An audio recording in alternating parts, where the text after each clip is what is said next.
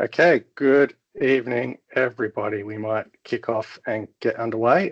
Thank you for joining us tonight. My name is Kieren Whittock. I'm General Manager at AgriProve.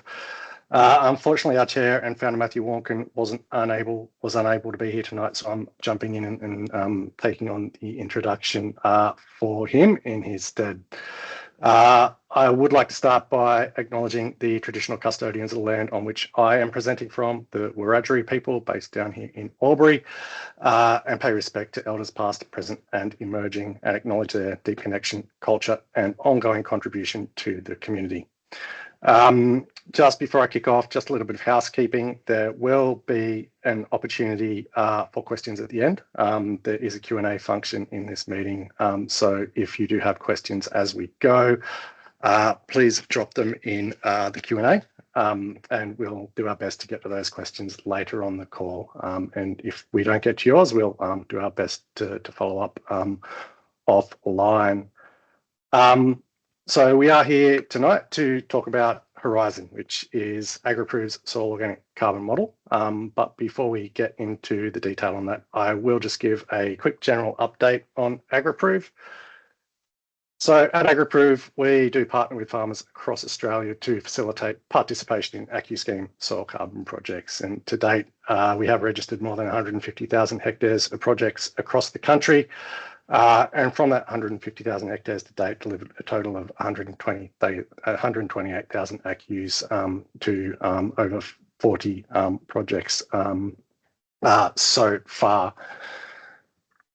So ultimately, in light of some of the challenges that we do see in Australian agriculture, at AgriProve, we really see that soil carbon projects are a way to underpin the productivity, profitability and sustainability for Australian farmers.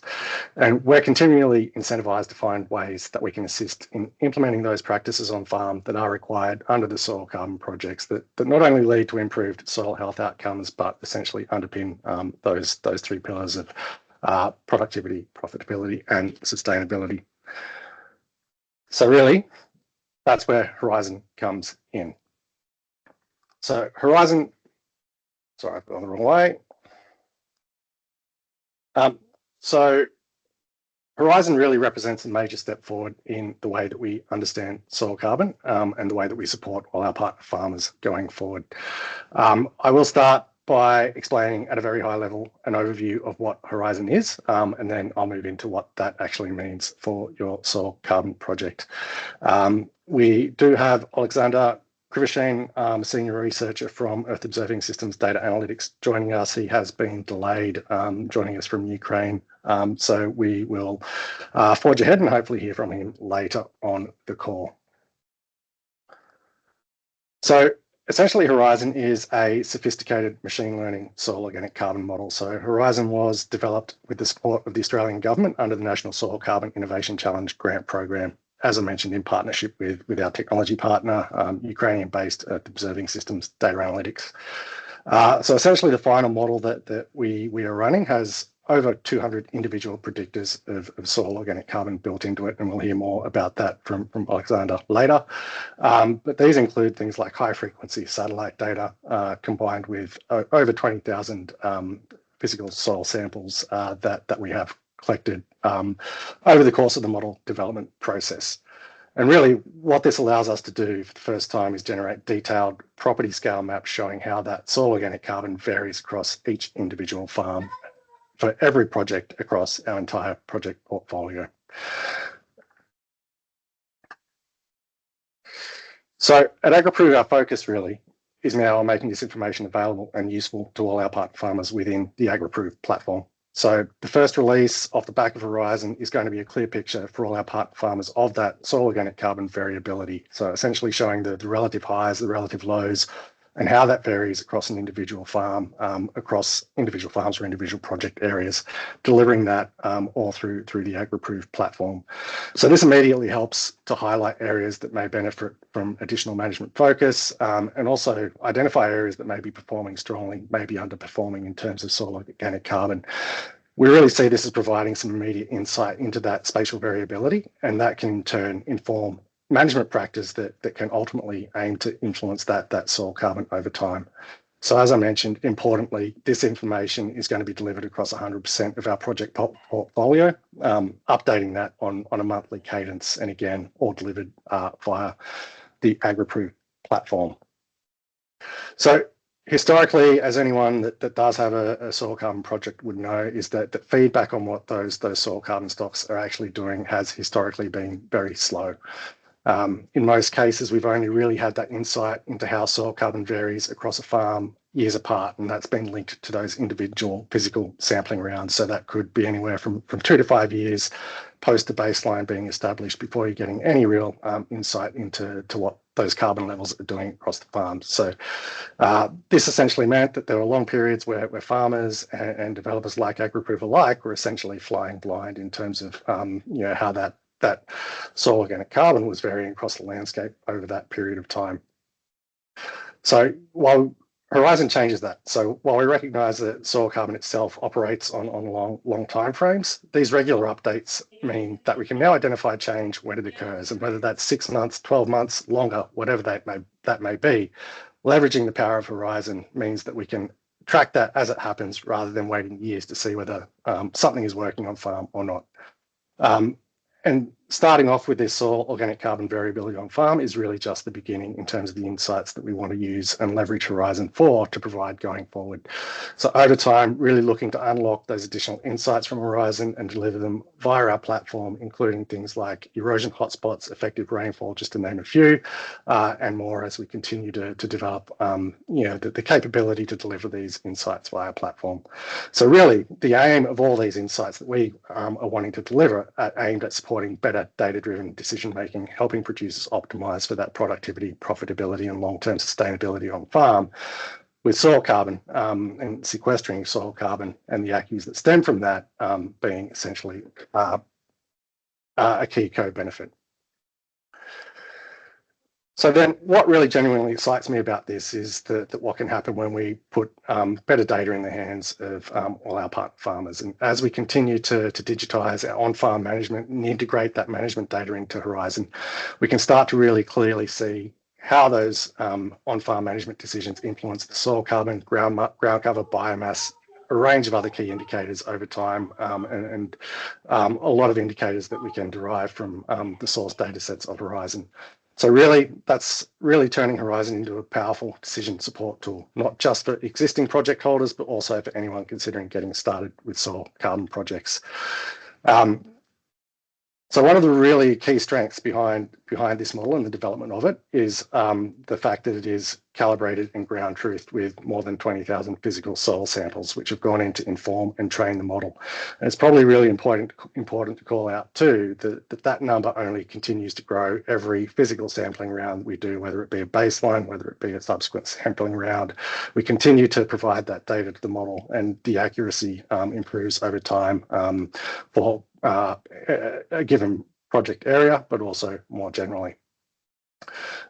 Which kind of leads me into another key benefit of Horizon, which is really optimizing the speed and confidence of ACCU delivery. So essentially driving us towards faster and smarter ACCU delivery.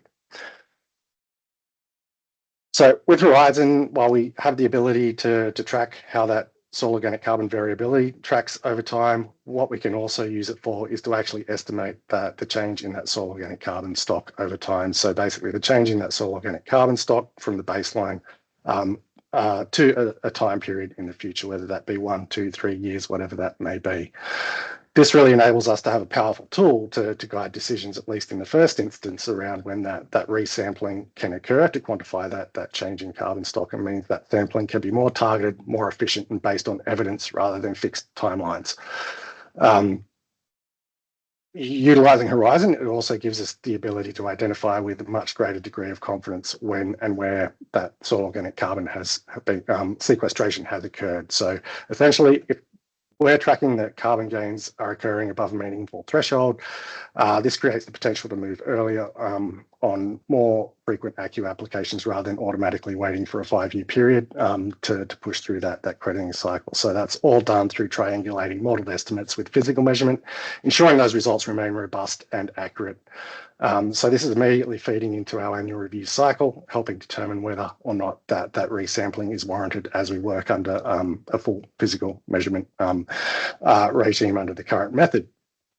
However, this is actually providing us a really strong foundation for starting to work through the transition to Schedule 2. So Schedule 2 is a part of the current 2021 soil carbon method, which enables for a hybrid approach to quantifying soil organic carbon stocks. So basically leveraging model-based estimates with a certain percentage of physical sampling to ensure that you are continually calibrating and validating that model over time. So this becomes really important. And again, just to reiterate that point, the physical sampling component remains such a critical piece of this model to continue to validate and train it to ensure that we are achieving those accuracies over time. And feeding it into that annual review cycle when we're making that annual assessment of the changing carbon stock, as I say, becomes a really powerful tool to have a much clearer idea of what sequestration has occurred and make much better and informed decisions based on the availability of that data. So I believe that Oleksandr has now joined us. So Oleksandr is a senior researcher from Earth Observing Systems Data Analytics based in the Ukraine. So Oleksandr, if you're on the call, I will hand over to you now. Yes, hello everyone. Can you hear me? We can hear you, yeah. Okay. First of all, I want to start with to issue any carbon credit based on soil organic carbon. The most essential requirement is, of course, accurate estimate of the initial SOC stock. Why it matters? Carbon credits rely on change in SOC, not in absolute SOC level. Without a reliable baseline of SOC, any estimated increase is unverifiable. So the initial SOC determines the starting point for any additionality, and that's why it matters. So obtaining high quality initial SOC normally requires field sampling and laboratory analysis, which of course are costly and time consuming. So the Horizon model, powered by a lot of different environmental and management predictors, can estimate initial SOC with high accuracy, and in such way helping to reduce sampling cost and save the time. So on the next slide, you can see the simple scheme of the Horizon empirical machine learning model. So this model consists from our target variable, this is actual SOC initial, and a lot of different predictors, which can be split into 4 types. Predictors based on digital elevation map, such as flow accumulation, topographic wetness index, beam radius, vector ruggedness, and so on. Remote sensing predictors, this is different satellite data, optical, SAR data, and soil predictors, different soil properties such as clay content, silt content, nitrogen content, and of course, climate predictors, meteorological predictors. This is different parameters of precipitation, average sum of precipitation for some period, and temperature. So all this stack of predictors we use along with target variables to make a prediction. In the next slide, please, next slide. Yes. In this slide, we will demonstrate how to create an effective predictor for SOC for soil organic carbon using satellite data. This example highlights key consideration for ensuring the predictor accurately reflects the slope changes in SOC over time. So Key point: to model sock variability properly, predictors must align with the same temporal scale at which sock changes. So in this example, to prepare optical predictors, 2 steps were applied. First, calculation of monthly average or monthly maximum values from 2018 till the months and years of the year of ground samples. And then calculation of average value over each season for each optical predictor.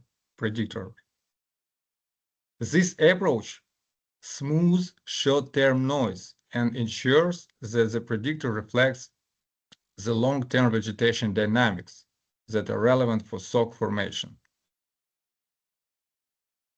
And the next slide, please. Okay. On this slide, you can see the features that have the most influence on the model, along with their correlation coefficients. This is primarily satellite-based predictors, with nitrogen content being as the most influential one. So despite some features having correlation coefficients around 0.5, the predictive accuracy remains high. The predictive accuracy of the model, of the horizon model, remains high. And this is because the machine learning model is able to capture complex, combined relationships between predictors. And as a result, it's resulting in an overall accuracy of about 90%. As you can see on this GIF animation, the predicted sock value very pretty much close to the actual one. And also, the predictive uncertainty of the sock model was thoroughly evaluated. So we constructed 90% prediction intervals corresponding to the z-score of 1.64 for the model outputs. And this empirical coverage of these intervals was found to be almost 92%, indicated that almost 92% of the actual sock observations were successfully covered by their respective 90% prediction intervals. So this robust coverage provides strong confidence in the model's ability not only to predict soil organic carbon stock, but also accurately quantify the associated uncertainty. And so the time smooth predictors, which use the horizon model, I just repeat that the model used aggregated stability-focused predictors for more reliable sock signals. And these time smooth predictors in the horizon model enable more stable estimates, reduce noise, and support realistic update cycles that align with biophysical processes in the agroecosystem. Thank you for your attention. Pass my word to Kieren. Yeah, thank you so much for joining us tonight, Oleksandr. It's great to get some insight on the technical aspects, and huge credit to the EOSDA team for all their efforts in the model development process and delivering that final model under the grant program. So looking ahead at AgriProve, we've got big plans to continue leveraging Horizon to deliver even more practical on-farm insights, as I've mentioned. So that focus for us is really enabling that better data-driven decision making with, as I mentioned, some of those insights already in the pipeline, such as erosion hotspots and other insights that directly support those management decisions. As we continue to digitize on-farm management as part of our standard project operations and combining this information with Horizon, we really get to that point where we're starting to understand those linkages between the management actions and the soil response, having the resolution of data available to us that we do. So what that does is over time allows us to move towards really localized, tailored recommendations. So insight specific to your particular project, your particular property, that align with your management and your goals on property. So we see Horizon as really providing the foundation for us to enable that. And then, as I've mentioned, in parallel to this, we're really working toward a full transition to Schedule 2 over the next 18 to 24 months, improving the efficiency and accelerating the delivery of real verified results where that successful sequestration is occurring. So taken together, all of this is really designed to enhance that productivity, profitability, and long-term sustainability, underpinned by kind of the confidence in the accuracy and the quantification that we now have available to us, and the additional confidence in making some of those decisions around the particular soil carbon aspects. So I'm personally really excited about having this available to us, and also getting it released to all of our partner farmers over the coming months. And I think it is a really a game-changing moment for us in terms of our project operations. So for our existing partner farmers, please keep an eye out. From January, you will receive a notification letting you know when your Horizon layer is available in platform, and once it's there, you will see that updated regularly. And if there's anyone on the call that is considering a project, please sign up to the platform and request your Horizon snapshot report to get some insight into what that soil carbon profile looks like on your property. So thank you very much for everybody's time tonight. I'm now happy to open it up to any questions from anybody on the call. So as I said, please just drop your question in the Q&A function, and we'll pick it up from there.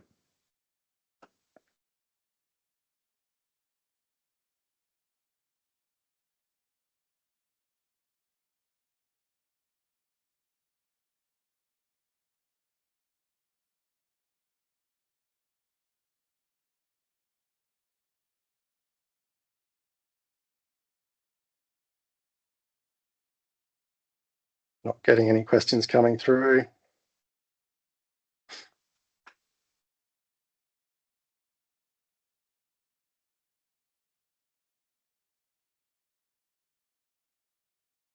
Okay, so Oleksandr, question come through there for you from Tommy. So question is, accuracy is R underscore with SOC or R squared or R? So I think question just around how you are quantifying the accuracy of the model.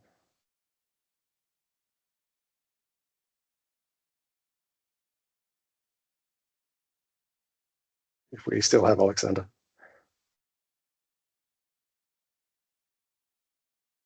Yes, hello. So we estimate accuracy for the determinant of SOC, like RMSE and like mean absolute percentage error, as well as R square.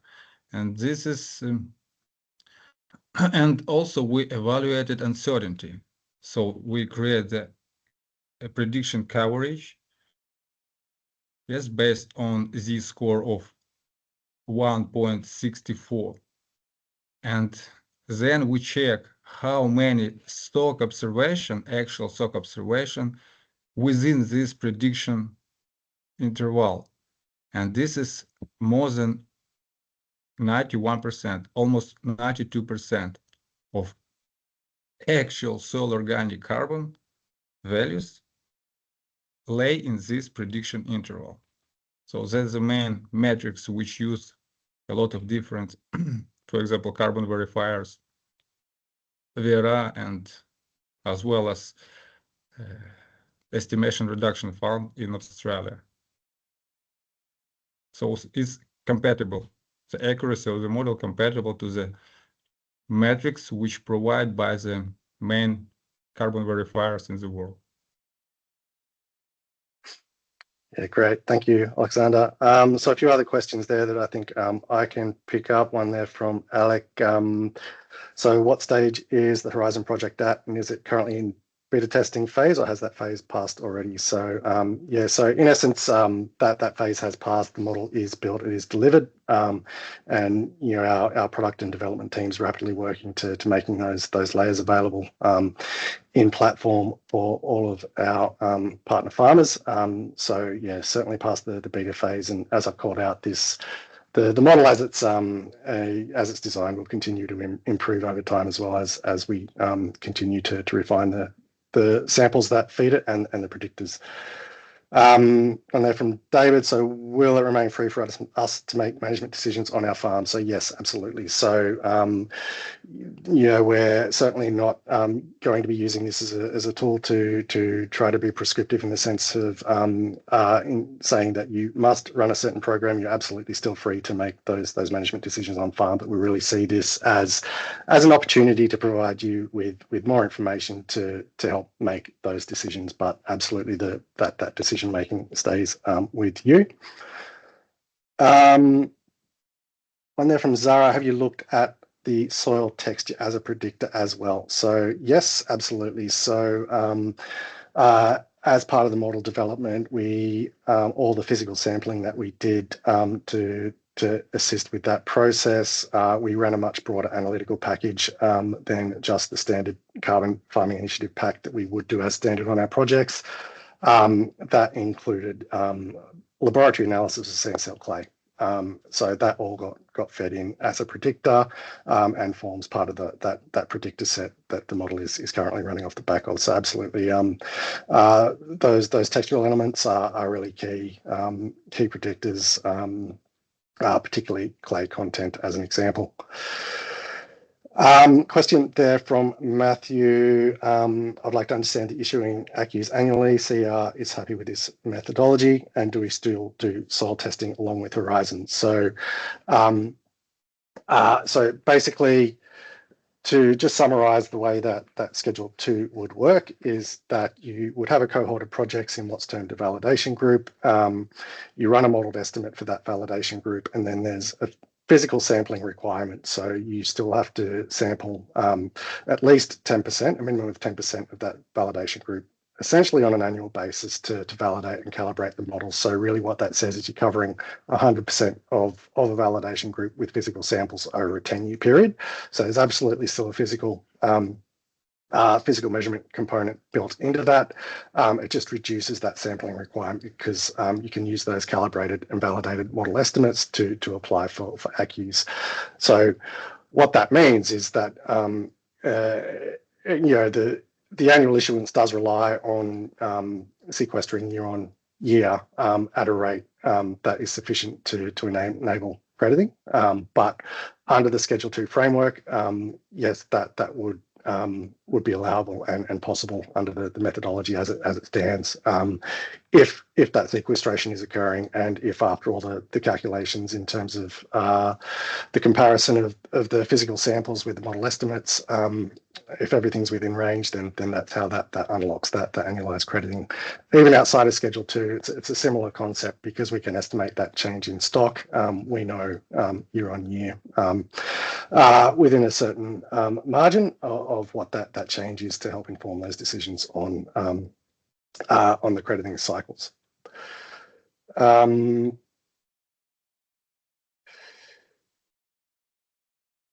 So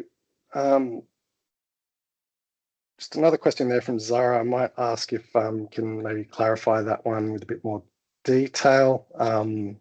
And then one from Regina. How long does it take a new user to go from sign up to a credible SOC result? So essentially, once you are signed up and registered with a project, we establish that physical baseline.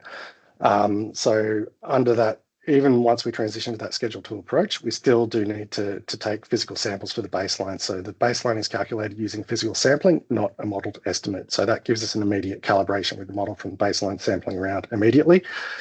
So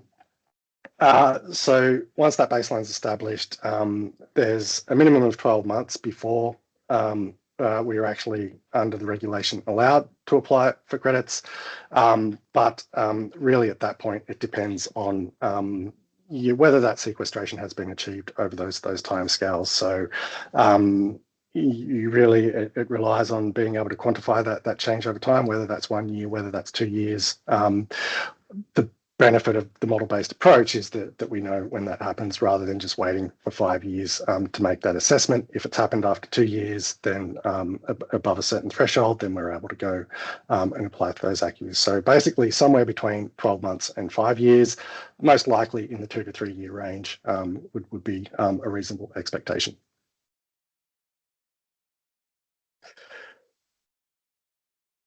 I might, if Oleksandr is still there, I might pass that last question to him. So Oleksandr, could you comment on whether the model is all based on machine learning, or is it a combination of machine learning and PPMs?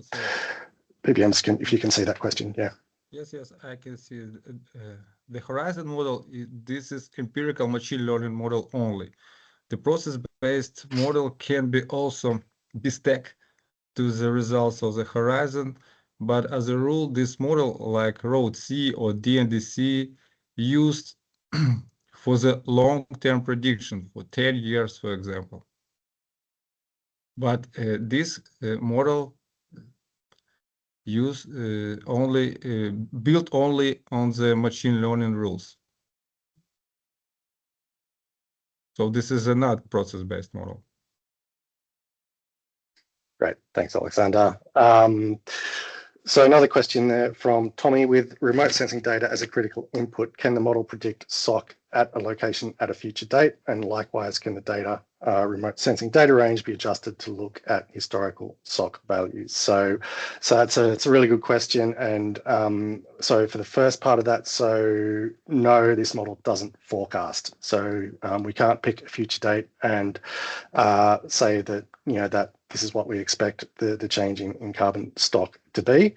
However, we can go backwards. So if we have the satellite data for any past inference date, we can essentially select that past inference date and run the model for that past inference date. So because a lot of that data is off the back of Sentinel, it's kind of somewhat constrained by the availability of Sentinel data, which I think dates back off the top of my head to around 2015. But so we can go backwards to a point, but at the moment not forecasting, and that is that's really where we see the importance of starting to feed in the digitized management data as well, because once we start to link those two things together, that's when we can start looking at more of the, I guess, the process-based modeling and looking at how we can forecast going forward.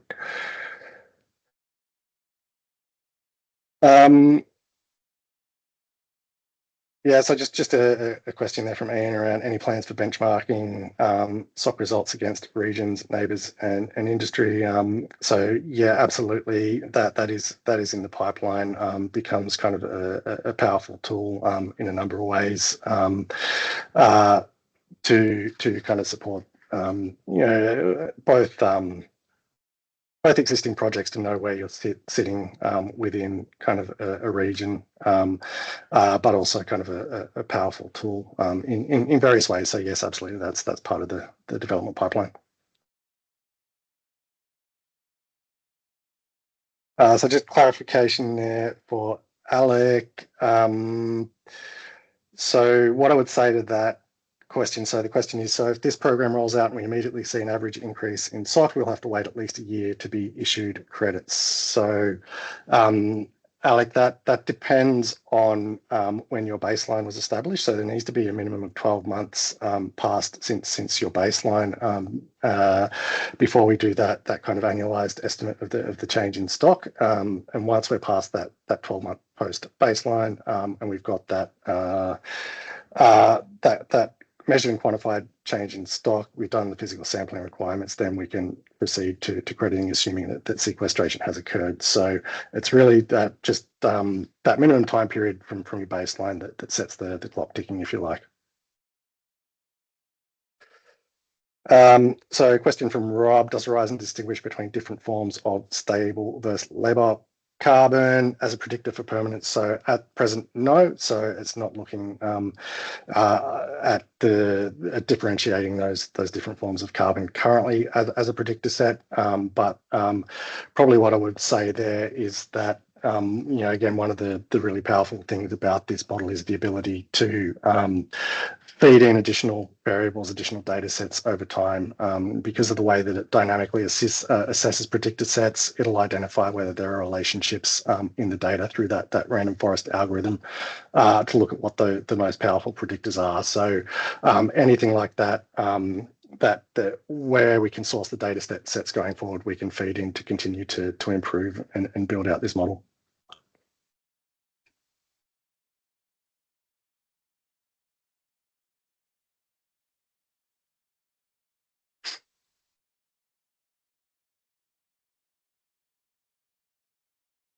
Okay, so looks like the questions have slowed down a little bit there. I don't think that I've missed anyone, but feel free to reach out to the team at any point if there are any further questions, and we can cover those off.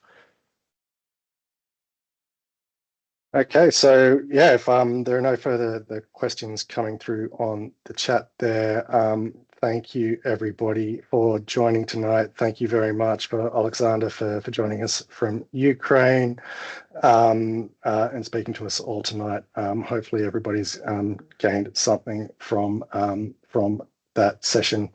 Just one final question coming in there from Alec. When do we get our snapshot report mentioned on the email? Alec, I believe you are an existing project holder, so we should be starting to pipe through those layers from January. So as I said, just keep an eye out. You'll receive a notification from us, from the team, letting you know that those layers are available in platform for you to view. So expect that to come through from January.